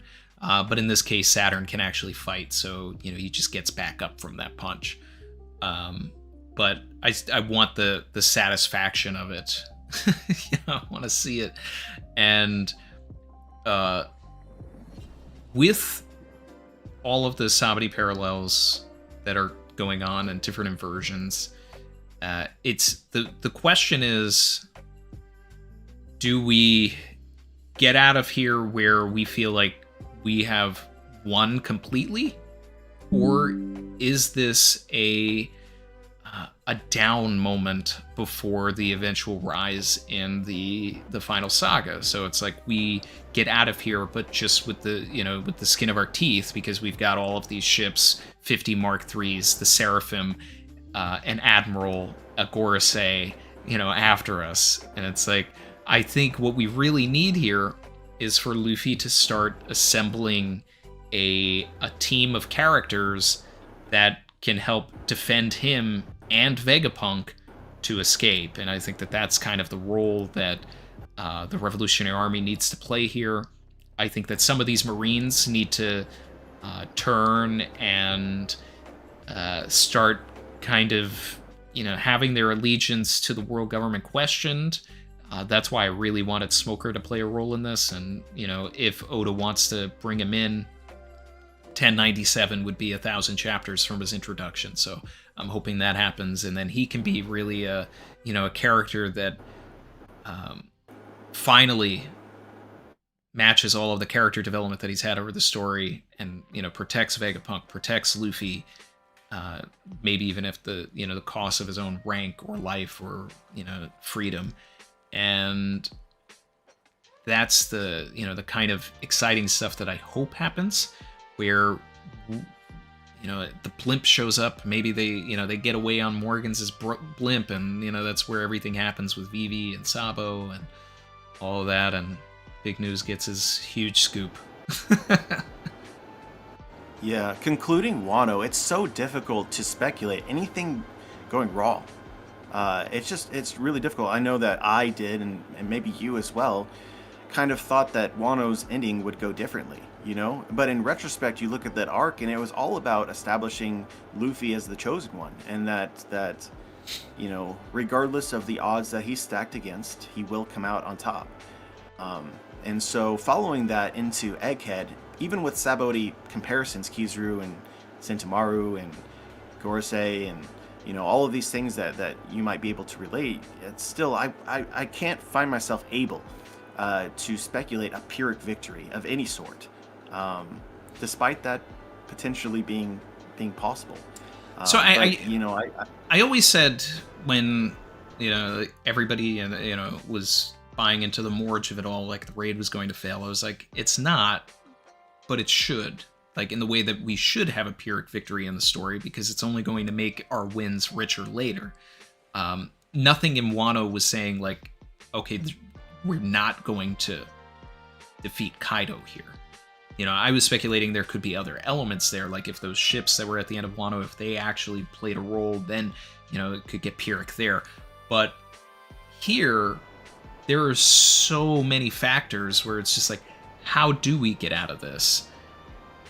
With with the the skin on our teeth, completely on. It's like, I would love it if the Sunny got damaged. I would love it, if Frankie got damaged, needed to be rebuilt. Like, we need something to happen that we are spending time in Elbaf fixing and recognizing and saying, okay, we can't do that when we go into the final war. Because if everything is just uphill smooth sailing, or downhill smooth sailing, then that's even with all of the the climb of 1,000 chapters to get to this point,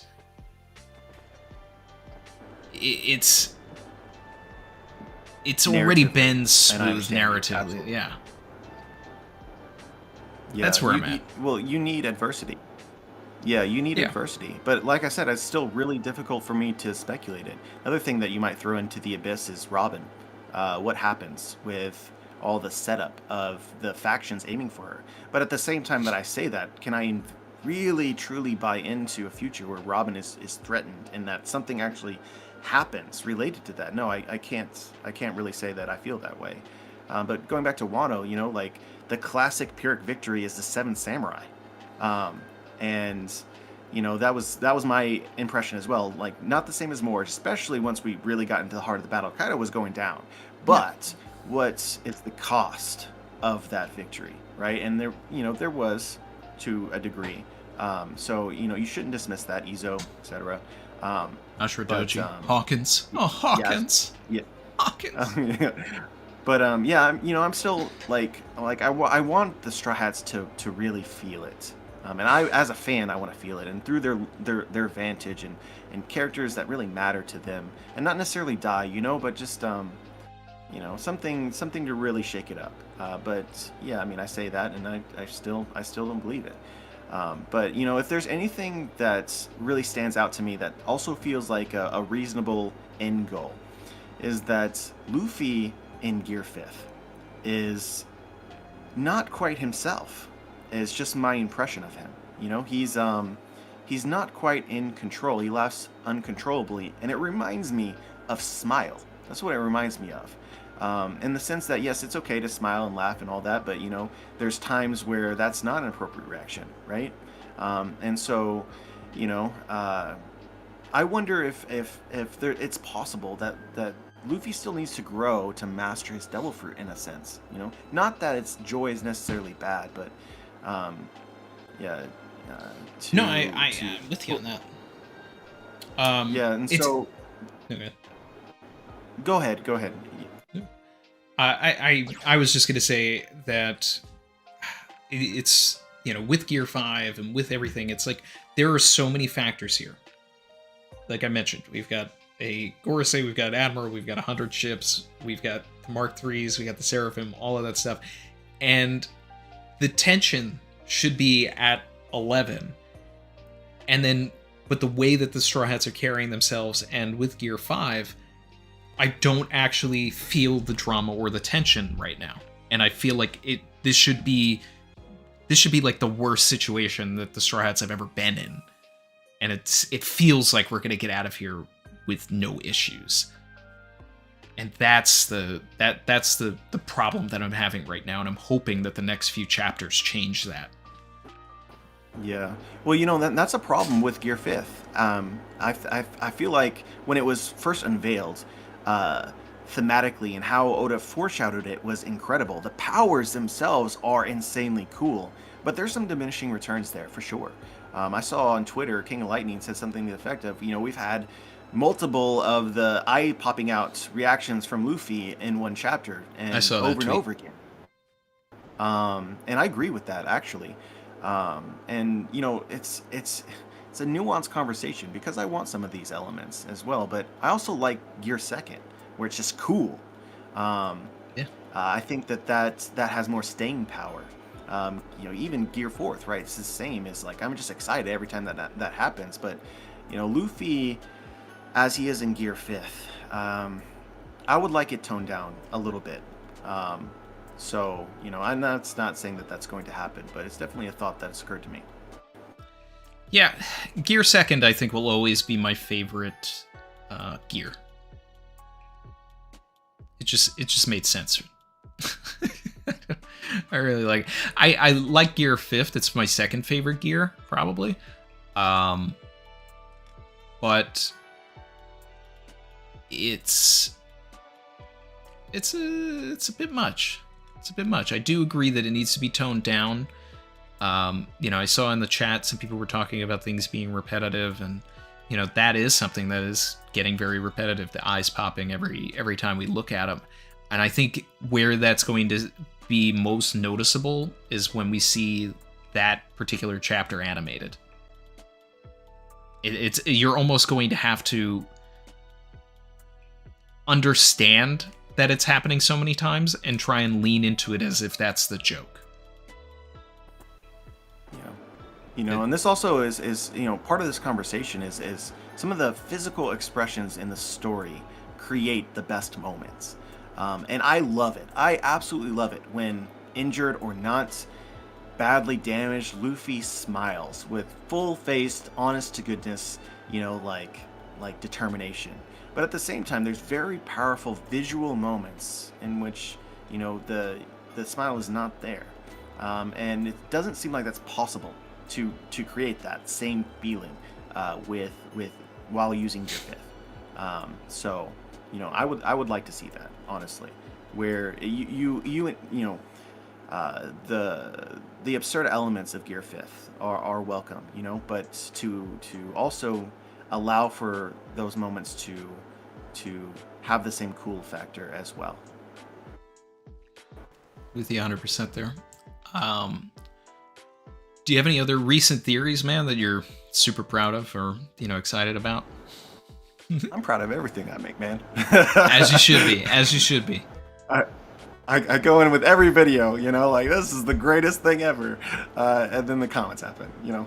But no, it's yeah. I mean, pretty much everything that I've made recently, I really like. I definitely feel like I'm in a groove right now, as far as you know, finding avenues to make intriguing discussions and speculations. Yeah, and you know, I think that there's I tend to like things that are the most wild. That's just what I like. Like creates thoughts that you never thought that you would have, but suddenly makes some amount of sense. That's why I'm a big fan of Parvision. What Parvision does with this channel is just inhuman, in my opinion. Where he takes something that are clearly, you know, in my opinion, clearly never going to happen, but he like weaves it together in some way where it's like, wait a second, that makes sense. So yeah. I just, you know, one of my favorite things that happened was, you know, 'cause he's got the whole Mihawk as a sword thing, and then S-Hawk had Mr. One's green blood, so it's like, well, this Mihawk actually is a sword.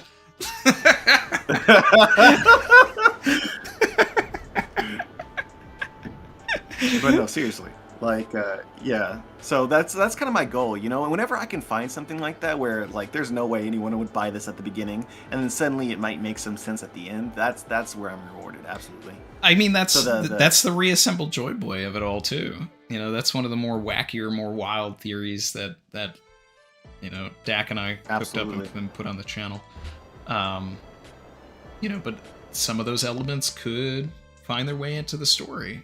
Well, you know, is it actually going to be a situation where you have to reassemble these things? Probably not. But, you know, I mean, you actually have to get to the very end of it to understand where I was going with everything in the first place. 'Cause it's not even so much about Blackbeard as much as it's, you know, Bro. a man yeah, I mean, like going about things the wrong way. Me trying to explain my 30 some odd minute theories here on the stream. It's like, oh no, this is going to go poorly. And then it happens. It's like, oh yeah, it went poorly. Well, hey, I'm going to ensure that nobody checks us out. No, but you know, I think we're, you know, we're operating at a high level here. You know, where when you're doing what we do, you know, what, you know, people that we're talking about here, Parvision, Hidden Island, Dak, and you know, even the chat. Just some context clues we can start making those leaps and get to where you're going essentially. You know, yeah, there's going to be people that are going to be like, okay, I'm not necessarily following it, but you know, part of these streams in the first place is to have those high level conversations where it's like, okay, we're putting these things together in real time as you're saying it. Yeah, and that's the fun. We're assembling and reassembling and disassembling our own theories and building upon them, and that's the fun of this. Will it always be explained more when you can see the images and all of that, and it's actually in its format? Yeah, but hey. Yeah, it's one of those things that makes me dread the ending. You know it's coming, but gonna lose something. We're still ways away. I totally feel that. I feel that. You know, Elbaf I think is going to be a sizable arc. We've still got potentially one other island besides that: Laugh-Tale, Marineford, and Epilogue. We got plenty of time, but it is also time. You know, not that I want it to be, but I mean, like, we're 27 years in. it's about to be that time. You know, it's crazy to think. I mean, for you especially, because you are as OG as you're likely to find, following the journey. You know, but even for me, man, like 15 years. Yeah, Impelled Down, right? You know. Yep. Yeah. So, you know, before that actually, because I started before then, but yeah, I mean, that's, you know, concurrent or whatever. That's a lot of time, and to not get bored is a testament to Oda. Is an incredible feat. that's a testament to Oda. he's just cooking. He's cooking. Continually cooks. I don't know if we can. You know, he's a once in a generation author, as far as I'm concerned. Yeah, absolutely. You know, there's you know, this is the classic hero's journey. Luffy is you know, he's not a hero, right? He says that, but he is a hero, and that's how the story of One Piece is structured, like a classical myth. It's Gulliver's Travels, you know. It's the final form of things that have carried, you know, and been keystone stories for humankind, in my opinion. And yeah, we're you know, we treat this like the freaking Bible, dude. It's just, you know, we parse the dialogue, and we study the text, and it's just that whole aspect of that is otherworldly, in my opinion. And the fact that it finished, you know, Oda's insanely talented, but you can't disregard his work ethic, his commitment. I find it unlikely that many other people on the planet, in combination with his talents, would also have that as well. I do believe that we will see the end, obviously, and by the conclusion of that, we're talking about potentially, in my opinion, greatest story of our generation. And I say that, you know, I'm not trying to just be a fan, man. I'm trying to be objective, and I really think that. I objectively agree with you, and I've said it plenty of times. Like, this is by the time you get to the end of it, you know, like, this is the new Iliad. It's something that, you know, should be taught in schools. You know, there should be college classes around it because of all of the elements that can be drawn from it. You've got hundreds, if not thousands, of people on YouTube, right? Doing video essays essentially on the thematic elements that are here. This is a pirate era of, that's what Oda has done. He's created a pirate era where we have gone out to the seas and decided to construct and deconstruct the story in different ways. And when it is over, it's going to be so difficult to explain to new people what it was like being here while it was happening. It's, you know, no one's really going to be able to grasp it, because one has never been anything like this, and may not be another thing like it for quite some time. Yeah, I mean, I had this conversation with my uncle. You know, just talking about my channel, what I talk about, and you know, I said something to this effect to him, and it was very obvious that he didn't understand it. He's a very well-read, very intelligent person, and you know, it's just, you can't explain it. You know, you really have to first embrace it as a story, as entertainment, and then pursue the discoveries within that. And it's been so rewarding for me personally, spiritually even, you know, the last 15 years. With the 100% there, man. Chat, is there anything else that you'd like to get us? Is there anything that you'd like us to get into before we wrap up the stream here? So, you know, everything that we've been saying here feel like some pretty good closing remarks to the collab. Agreed. We're gonna. The only way that this ends is that we're both crying together. You know, so let's avoid that.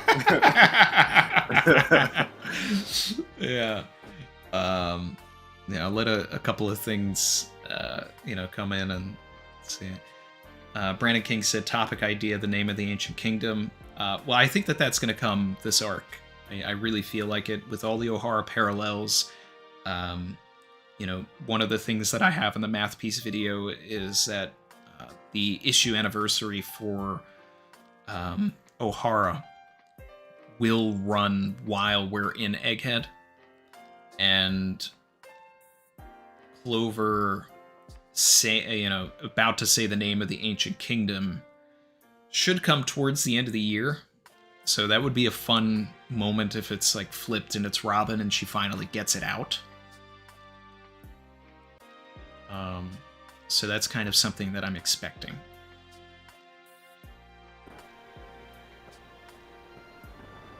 Yeah, my theory for this is the kingdom might imply, the name itself implies a connection between themselves and pirates. You know, so you know, you may not agree with this, and you know, this is still really, really tough to do. But the hidden name, Water Law, water, is really interesting to me, of why that's deserving of something that, you know, even the D is something that is commonly exposed, but the water part of that is that next level of secret. So, you know, and I think that the ancient kingdom was a kingdom of pirates. Joy Boy was a pirate just like Luffy. That's just what I think. So, absolutely. That's my thoughts. Or the world government were the original pirates, but they were the traditional type of pirates, and then, you know, went in, pillaged, and you know, yeah, exactly. Yeah, and then you kind of get this flip on it where it's like, well, here I'm Luffy and I'm a pirate, but you know, I do it my way. Peace mains and Morganeers. Exactly. Which Vegapunk survives? I am in the camp that believes that the Stella will get out alive, and maybe Lilith. Everybody else dies. Yeah, I think Lilith goes with the Straw Hats. She becomes your Kinemon, Momo type of companion. And then for me, it's between York and Stella. I think at least two survive. And if I had to choose between York and Stella, I'm choosing York.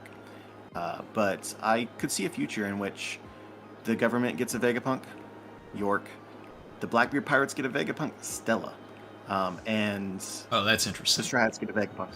But with recently with how I actually really love that, and I think I mentioned that the only way. Yeah, I think in the last stream we were talking about that, and I was like, what could the Blackbeard pirates be here for? And it's like, I said that the government would not get the Stella, but it would be interesting if the Blackbeard pirates did. But then with the Strats leaving with Lilith, it keeps us on that Vegapunk trend where it's like, okay, well, we have to get him back. Oh, and they also have Garp. There's a lot there. Yeah, it's just tough, right? Because especially recently with the Stella's concern for Bonney, has he reached his breaking point of I can no longer work for people that I don't align with? Yeah, so that would exclude both the government and Blackbeard potentially. So maybe he's destined to die. I don't know. It could go many ways, and I think I'd like it, however it goes. And I also think it's interesting that you say that the government does get York. That is actually I haven't been thinking about that they would get what they want, because I've been so focused on Blackbeard, just getting York. She just like fits in his crew. But if York does go with them, then that ups their danger level, which I like, because then they would be able to keep recreating the Mother Flame and utilizing her. That's Uranus good. Or whatever that weapon is. Yeah. Yeah, exactly.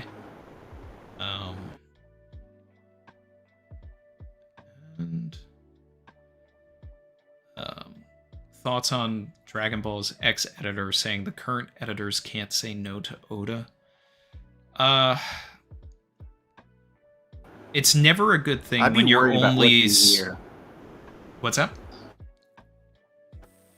I said I'd be worried about some of these things that you hear and the validity. Yeah, you never know the true case because it's all hearsay anyway. It's never a good thing to be surrounded by only yes men, but it's also never a good thing to be surrounded by people with bad ideas too. I trust Oda, in most if not all things. I'd have handled Wano a little differently, but well, see, here's my headcanon. I think Wano was cut short, and I think the reason why Wano was cut short is because of pressure from editors, but also the business side of it. Shueisha, Toei, they realize the biggest hang up with One Piece right now is that it's very difficult for new fans to get into, right? Which and Oda obviously cares about people getting into his story, both old fans and new fans. And I could see that being a very persuasive argument that at some point in time it's like, look, Oda, I think he goes off a little bit in arcs. He introduces things on a chapter by chapter basis, which he later needs to resolve, and isn't 100% locked in. So this leads to the story sort of blooming and growing beyond what he initially expected, which is pretty much what he's revealed all along. It always ends up being longer than he thought that it would. And I think it's because of these elements, But there's a bit of gardening to concluding it in a satisfying way and making sure that you hit on all those beats. And you kind of just got to let it end where it ends, So that's my speculation about the end of Wano. Heading into Egghead, this arc has been far longer than I would have ever predicted. And I wonder if Oda sort of learned from the experience in Wano and decided like, look, I'm going to go back to how I did it all along, of just making it work, just based on how he felt at the end. That's obviously speculation. We don't know that. Yeah. But I think that Oda's process is he has a starting and an ending thought for everything, and he knows the beats that he wants to hit across the way. But where he gets lost is the timeline between getting to those points, and then I feel like he is very strict on ending it when he said he was going to end it no matter what. So I think that he went into Onigashima saying, this is going to be 100 chapters, no matter what. And then I don't think that it's a situation where the editors have no sway with Oda. I think elements like adding Yamato as a character was something completely not in the original plans for Onigashima. So that added extra stuff into everything that ended up with the ending that we got in Wano, where he actually had to end it 100 chapters and then do a flashback right before the ending to tell us some things. And then just recently we had a time jump, right, where it seemed completely unnecessary for me, to me, and especially with the way that things left off before we started going into what happened at the Reverie, 5 years after everything happened at the Reverie, and all of the Garp stuff, and everything like that. And then we jump back in, and it's like, okay, now we're at this point, right? And this was after Oda took a month break, and I think that Oda probably intended to give us 3 chapters or whatever in that month break that would have led up to that. But because Oda wants to end at a certain time frame, at a certain chapter, and all of that, he chose to skip all of that. That's my headcanon. I might very well be wrong, but that's just the way I feel right now. Yeah, and so this just to back to the conversation about editors, you know, is this potentially sort of the missing context of this hearsay quote? Is that Oda, you know, that's the advice that at this point maybe he has chosen to ignore, is about how to structure the story towards the ending and pacing and things like that, you know, but we'll never know. But as far as that quote goes, I think that based on what I know about Oda and things that I've heard about him and his general demeanor, I don't think that he can be portrayed in the way that quote suggests in any way. That's my opinion. Yeah, I don't think so either. But, yeah, all right. So I think we hit a bunch of, like, cool topics there at the end to kind of close everything out. A little bit of an encore for the stream. And so this can go on forever. Exactly. It's One Piece. One Piece can go on forever. So thank you, everybody. Why don't we, I want to see nothing in the chat, but thank yous for Joy Boy for joining us this break week. We will be back on Sunday for 1094. Hopefully by that point, the SAG-AFTRA strike will be over, and then all strikes will be done. And then maybe we can start talking about other things. And that's going to be fun. But 1 out of 2 strikes are done. So excited for that. Look, there's a bunch of love coming in for JB. Love that. And yeah.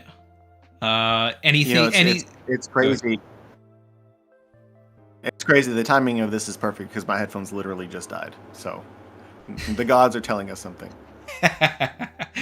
Yeah. Any particular video that you want everybody to go and watch now? The Mihawk one is really interesting. Go check that out. The other emu, I think I'm really proud of that one. And check out the booms. You know, if that's something So if you guys like books, go check out the booms. Check out his Mihawk video. Check out his Bonney is the egg video. That's a Parvision level, thing. It's so out there, man. I love that though. And Reassemble Joy Boy is finally out. I was working on that video for a few months. It's been months since Dak and I had that thought, but that's out.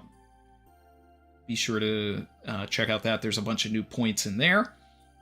And with that, that's it. Like, comment, subscribe if you're feeling the vibe.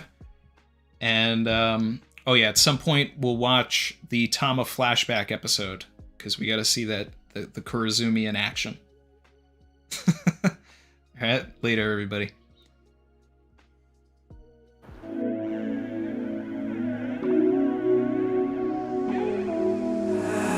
I've been swimming deep, deep. Savage.